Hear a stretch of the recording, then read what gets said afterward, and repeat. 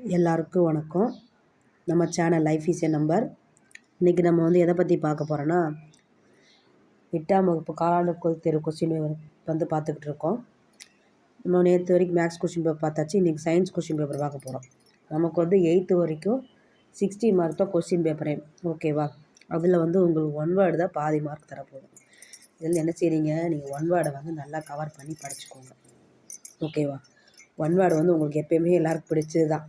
சரியான விடையை தேர்ந்தெடுத்துடுங்க, ஓடிட்டு இடங்கள் நிரப்புக, சரியாக தவறாக பொறுத்துக்க. இதை நீங்கள் நல்லா படிச்சுக்கோங்க. ஓகேவா? அதை மாதிரி நம்ம சேனல் பார்க்க முன்னாடி நம்ம சேனல் கூட லைக் பண்ணி ஒரு சப்ஸ்கிரைப் பண்ணுங்கள். எனக்கு இன்னும் வீடியோ போடுறதுக்கு நல்லா ஹெல்ப்ஃபுல்லாக இருக்கும். ஓகேவா? இப்போ நமக்கு 1 வேர்டு 10 1 வேர்டு சரியான விடையை தேர்ந்தெடுக்க ஃபஸ்ட்டு கேட்டிருக்காங்க. ஓகேவா? கோடிட்ட இடங்கள் நிரப்புக 5. ஓகேவா? உங்களுக்கு கொஷின் ஈஸியாக தான் இருக்கும். இந்த வெப்பநிலையின் எஸ்ஐ அலகு, அழுத்தத்தின் அலகு, வாகனங்களில் பின்காட்சி ஆடியாக பயன்படுத்தப்படும் ஆடி, பின்வரும் பொருட்கள் எது அதிக வெப்ப ஆற்றலை உட்கவருகிறது, அது மாதிரி மனிதருக்கு சாதாரண சளியை உண்டாக்கும் நுண்ணுயிரி என அழைக்கப்படுகிறது, முதலாவது நிலத்தாவரங்கள் காற்றில்லா அல்லது ஆக்சிஜனேற்ற சூழலில் குளுக்கோஸ் சிதைவடைந்து டேஸை கொடுக்கும். ஓகேவா? இந்த கொஸ்டின் நமக்கு ஈஸி தான். அடுத்து கோடிட்ட இடங்களை பார்த்தா, மின்னோட்டத்தினை அளவிட பயன்படும் கருவி, நீரியல் உயர்த்தி டேஸை அடிப்படையாக கொண்டு செயல்படுகிறது. ஓகேவா? 5 கோடிட்ட இடங்கள் இருப்புக. அதே மாதிரி பொறுத்துக்கு அதே மாதிரி உங்களுக்கு 5 கேட்குறாங்க. ஓகேவா?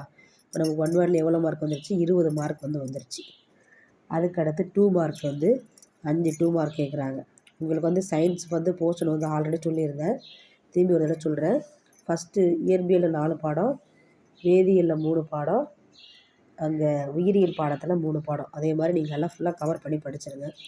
உங்களுக்கு எந்தளவு படிக்க முடியும் அந்தளவு படித்தா போதும். ஓகேவா? ரொம்ப இது பண்ணி ஸ்ட்ரெயின் பண்ணி படிக்க வேண்டாம். நீங்கள் முடிஞ்ச அளவு ஃபுல்லாக படித்து இதை இதால் நல்ல மார்க் வரும் அப்படின்னு சொல்லி நீங்கள் நல்லா படிச்சுக்கோங்க. ஓகேவா?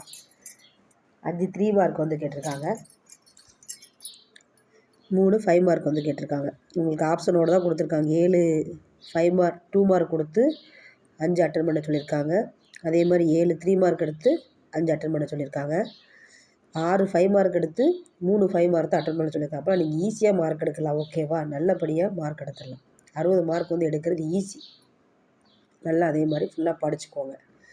உங்களுக்கு 8th question paper science question paper இப்படி தான் இருக்கும். நல்லா 1 வேர்ட்ஸ் நல்லா ஃபுல்லாக கவர் பண்ணிங்க ஃபஸ்ட்டு. அதான் முக்கியம். 1 வேர்டு 2 மார்க் சுருக்கமான விடையளி, 3 மார்க் நல்லா ஃபுல்லாக இதே மாதிரி படித்தா போதும். 5 மார்க்கு அதே மாதிரி நீங்கள் ஈஸியாக எடுத்துடலாம். இதே இதில் உங்களுக்கு இங்கிலீஷ் மீடியம் கொஸ்டின் பேப்பர் உங்களுக்கு காமிக்கிறேன். இதே மாதிரி சேம் டைப் தான் இருக்கும். ஓகேவா?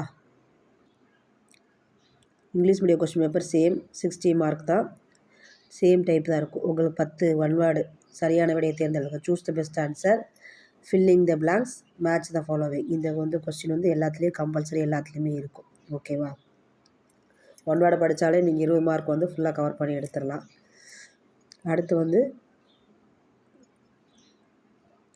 2 மார்க்கு 7 2 மார்க் கொடுத்து 5 அட்டன் பண்ண சொல்கிறாங்க. 3 மார்க் அதே மாதிரி தான் 7 கொடுத்து 5 அட்டன் பண்ண சொல்கிறாங்க.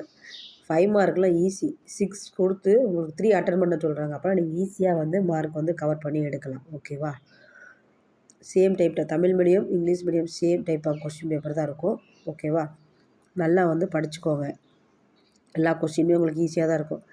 இதில் what is electric current, how does surface tension help a plant, define focal length, define a chemical reaction, what is global warming, mention the function of alveoli,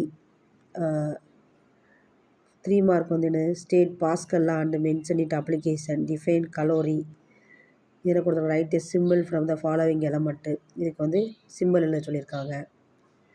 இதெல்லாம் ஈஸியாக மார்க் எடுக்கிற போர்ஷன் தான். உங்களுக்கு வாட் ஆர் ஆன்டிபயோட்டிக்ஸ் ஈஸியாக நீங்கள் mark எடுத்துடலாம். ஓகேவா? நீங்கள் நல்லா படிங்க எல்லாத்தையும். இந்த குவார்ட்டர்லி எக்ஸாமில் நல்லா ஃபுல்லாக மார்க் எடுக்கிறோம். நீங்கள் இது 8th வரைக்கும் ஒரு ஸ்கூல் படிச்சிருப்பீங்க. ஒரு சில 9th வேறு ஸ்கூல் போவீங்க. பயம் இல்லாமல் நல்லா படித்து அடுத்த ஸ்டெப் எடுத்து வைக்கிறதுக்கான ஒரு முதல் படி தான் இந்த குவார்ட்டர்லி எக்ஸாம். நல்லா படிங்க. நம்ம சேனல் உங்களுக்கு பிடிச்சிருந்தா ஒரு ஷேர் பண்ணி லைக் பண்ணி சப்ஸ்கிரைப் பண்ணுங்கள். தேங்க்யூ.